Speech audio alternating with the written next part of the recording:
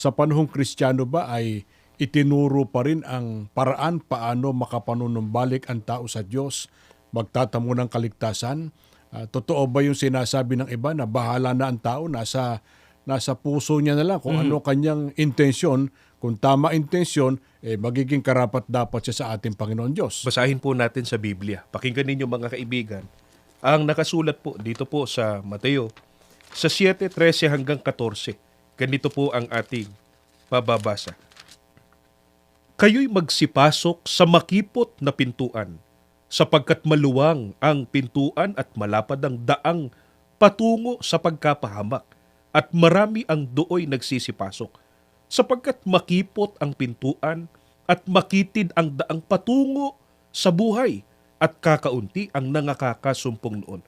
Kapatid na Orly, ang binasa ko po sa panahong Kristiyano na. At dito po may ipinagagawa po para ang tao ay makasumpong ng buhay o maligtas. Sino may pahayag niyang binasa natin? Ang ating Panginoong Hesukristo po na ating tagapagligtas. Alam naman ng mga nagbabasa ng Biblia na ang mga itinuturo ng Panginoong Hesukristo hindi galing sa kanya sarili Opo. kundi galing sa ating Panginoon Diyos. Opo. Ano pahayag ng Panginoong Hesukristo? Ang utos po ng Panginoong Hesukristo, ang tao'y dapat pumasok doon po sa makipot na pintuan sapagkat yun anya ang daang patungo sa buhay.